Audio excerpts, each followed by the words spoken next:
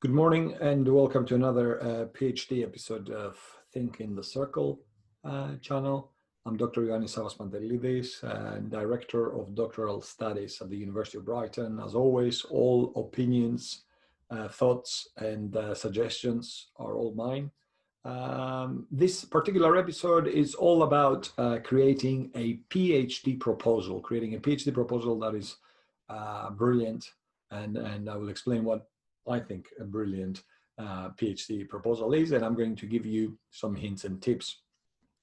So let me share my screen here. Creating a PhD proposal, hints and tips. Now, the thing to remember is that depending on which university you're applying for, they will have their own little quirks and their own little ways of asking you to present a proposal. And there are some things you need to do before you reach the stage where you have a complete proposal. So we're going to look at the whole cycle of what I think you should do, or what I would do if I was in your shoes. But I'm going to give you an example here. I went into the University of Brighton and I researched to try and study for a PhD. And if you go into the pages of, in our case, it's brighton.ac.uk/PhD, and you can navigate to making an online application. And if you search that, pretty much I would hope every university will have an area where they say how to make an online application. And at some part of it, you will find something like this: writing a research proposal. Now, if you pay attention, there are two links there in our case, right? Because the Department of Arts and Humanities has its own way of slightly different way of how they want their proposal. And to tell you the truth, a lot of departments, a lot of schools will want a slightly different approach. So I'm going to show you one approach that works for me. And the other thing to remember is look for details on word count. And I've seen requests for proposals, anything from 1,000 words to 4,000 or 5,000 words. So be very careful as to how detailed and how expansive they expect you to write a proposal. Never write a proposal and start sending it to all universities, because you will be, in most cases, desk rejected. Check what they need. Make sure that you've talked to an academic in that particular university before you submit your proposal. So let's take it one step at a time. And this is my system of how I think a potential PhD applicant should think in order not only to be invited for an interview, but also to have a strong chance of passing the selection interview stage. And more importantly, as you will see later, I'm telling you a little bit more about the early stages, if you like, after you have passed your proposal. So if we look here, everything starts with something, a little dream, right? You got your dream of the area perhaps that you want to research, or your dream might very be that I want to do a PhD in this general area, and you're looking for funding and you found funding. But the thing is, no matter how you approach it, whether this is totally your proposal or it is a proposal for a funded project, you should have passion for the research area, okay? So I'm taking this for granted, that you have a dream and you're passionate about the area of research that you want to write a proposal about. So how do I get to my goal, where I have a really good proposal that is going to get me an invite to be interviewed? Number one stage, of course, is you start reading any literature you can get your hands on the area that you're hoping to research. And once you start reading, I always say you should never, when you read, you write at the same time. So you write the keywords, you write the sentences that from a particular journal article that you like, you write the thoughts, and you even keep the citations. But pretty soon you need to start reflecting about what kind of gap of knowledge are you visualizing, having read enough. And what is enough? Well, how long is a piece of rope? But let's say you have been reading, and I don't know, I can't tell you how many hours you would spend, but different people work differently, but you're reading for a few weeks, and you've reflected and you found perhaps an area. And you start now the heavy writing, right? I said, even though I have that as a stage, you should be writing from the very beginning as you're reading to keep notes. But the heavy bits, the heavy writing, should be considered in the form of a storytelling. You want the reader to understand where you're coming from, what you're trying to do.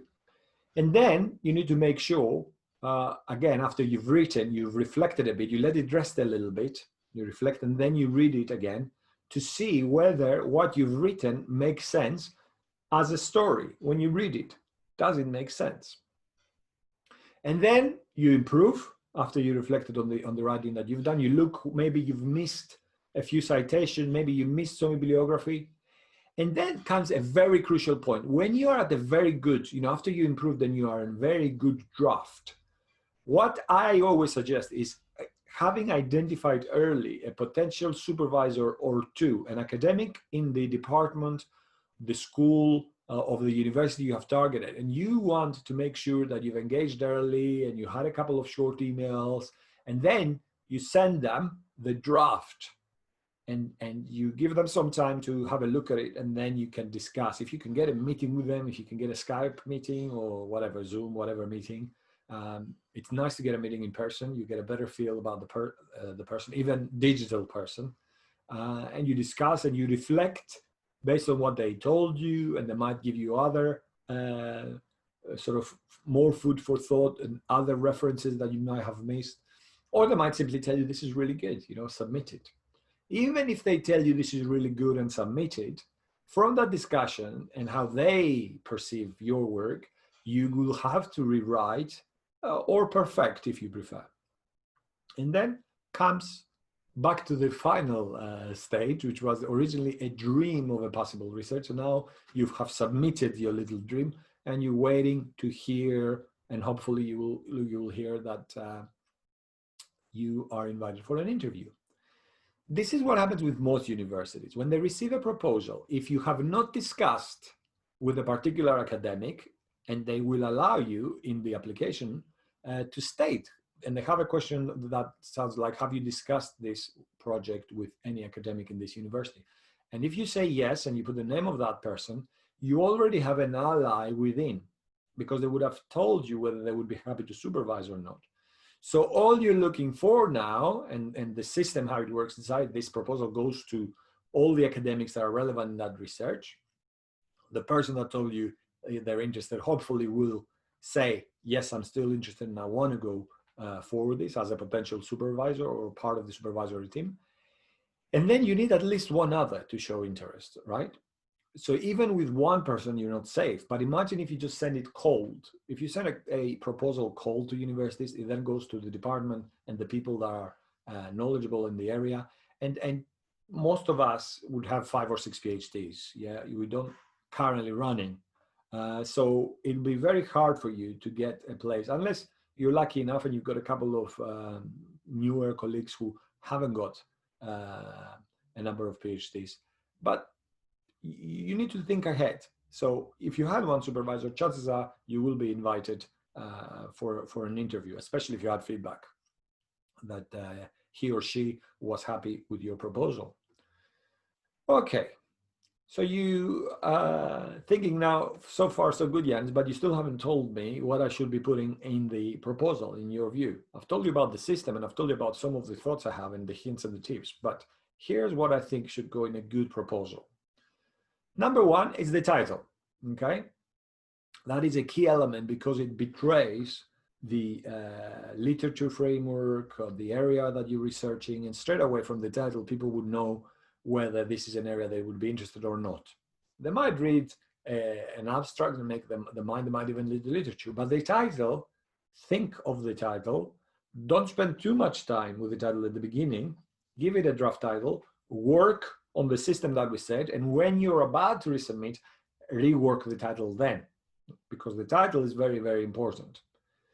And then you need to give the context of the research, why this is important to you, what is happening in terms of the research and how it's improving, why you might think there is a gap in the knowledge there. And then you have, I suggest about 500 words for the context. Different people will suggest different numbers. I suggest about 1,000 words for literature, because we expect, what we're looking for here is that you are good enough to enter a program at PhD level. So you're going to bring, if you have a master's degree, you would have learned how to do research there and how to critically analyze literature. And we're expecting to see that critical analysis. Don't just simply describe what you read. You describe what you read is the first step. The second step is to compare one or two different authors to come up with some insights of what exists in the bigger body of the literature. And the next step is making that sense to your own project. That's what critical analysis is. Simply saying that Yannis said that, that's what we call descriptive writing, and that's not going to be a great proposal. Remember to have clear research questions or hypotheses or aims and objectives. In terms of the structure, I like this to be early, and quite often I say once you've got a bit of an introduction, so if we call that context last introduction, I would like to see research questions straight in page 2. I don't want to wait until I read the whole literature, but I'm putting it there because sometimes you have to read the literature before you come up with the research questions. So how you read it, how you make sense of it, and how you actually put it, where you put in the proposal might differ. Now, some people will ask you for research questions. Others might talk about hypotheses, depending on your ontological and epistemological positioning. And if you don't know what that means, just look it up. It'd be good if you made a little bit of mention on epistemology, perhaps here, but we'll come back to that in a second. Other colleagues will expect aims and objectives. For me, either aims and objectives or research questions would work. I tend to say try to avoid hypotheses unless you're going for STEM subjects or in a department where there are positivist and post-positivist colleagues in there. But why I say try to avoid hypotheses, because quite often people get them wrong, and they don't understand how to put a good hypothesis together. But research question, not that it's easier, but it can become more intuitive in writing a research question or even a key aim, and what are the objectives in reaching that aim. Okay, I find that increasingly with the number of proposals I get, the aims and objective approach and the research questions seems to come easier. I see more mistakes with hypotheses the more proposals I get.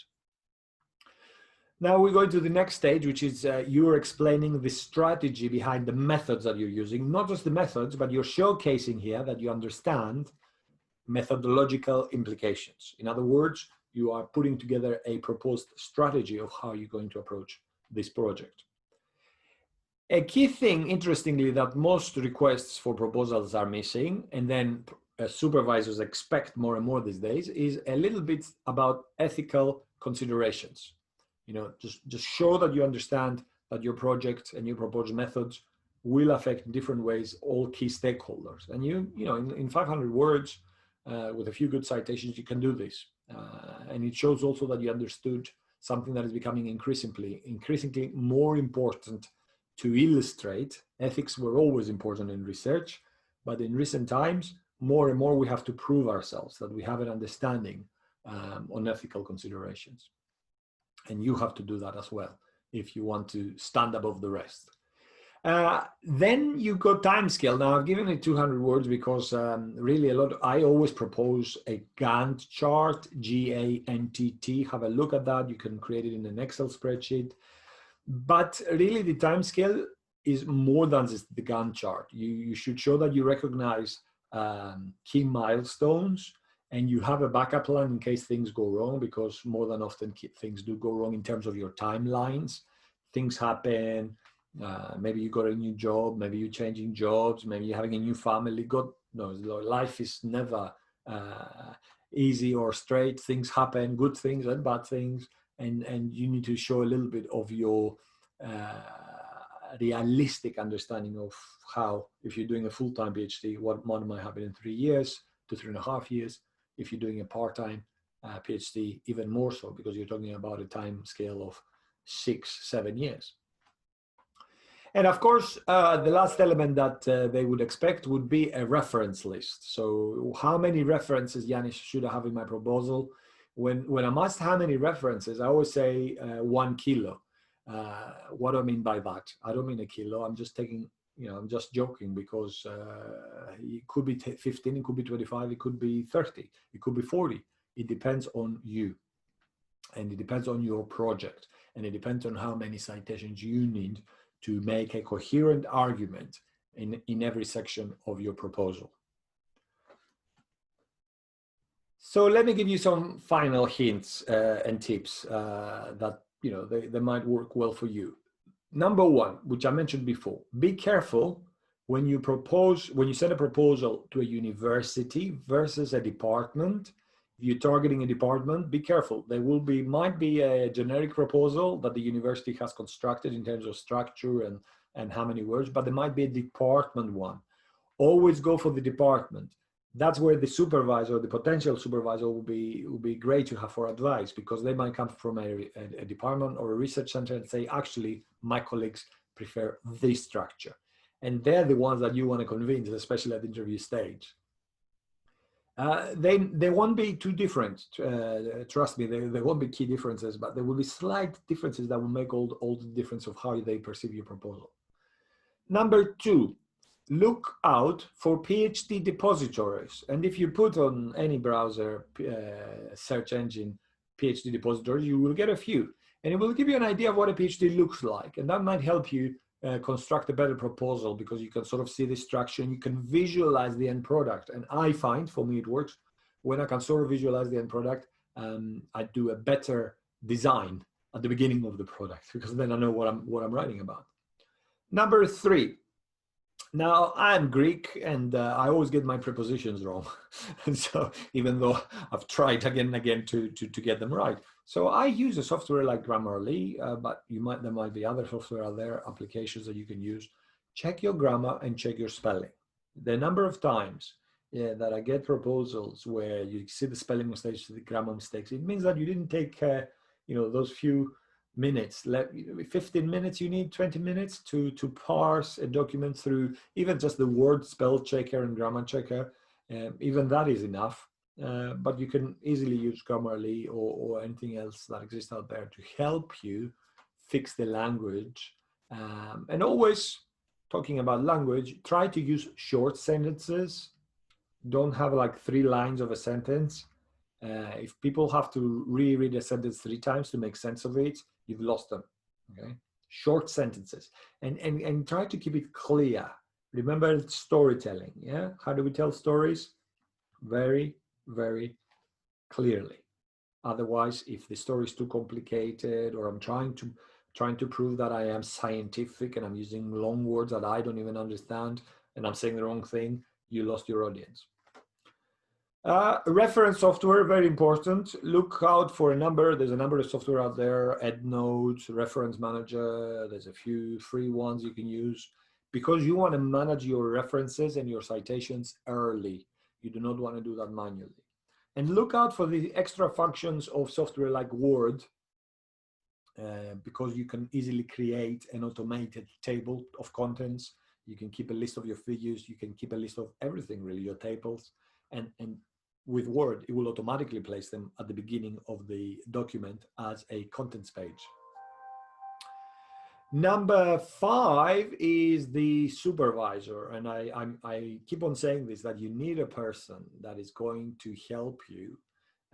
You need an insider. So find that insider. This hint, don't go without somebody who is going to be responsive to your proposal. It's a big risk. Minimize your risks. And number 6 is post-interview. Let's pretend that you went through the interview, you were invited, and you were successful. The next stages, and the early next stages, are the supervisory team will try to get you to improve on that proposal and build a more solid proposal. So if you started with 1,000 words, they're probably looking to get you somewhere to a solid proposal of about 5,000 words with more reading. And that is the basis where they start the next part. And quite often, depending on what type of research you do, the next part might be literature review, right? But if you have done enough before and you submit a solid 4,000, 5,000 word proposal, you are hitting the ground running. So your team might have a few tweaks, but it might take you less than a month to reach a stage that normally, if you started light, might take you 3 months to get at. So don't hurry to register, because your time is literally money, right? So when you're here, You need to think, okay, if I'm clever enough, I've done enough work before my timer starts counting down, and then I can complete within 3 years much faster, because after 1 month I'm hitting the ground running with the literature review. If that's the case, if it's a type of PhD that it does require you to collect data, you can go straight away and collect data and what have you. Your supervisory team will advise what they expect from you. Last word from me is to wish you good luck. We always need luck. It has to be on our side, mother luck, but we can create the conditions that mother luck enjoys. And I hope I've given you enough to create those conditions. So good luck and look after yourself. Thank you for listening.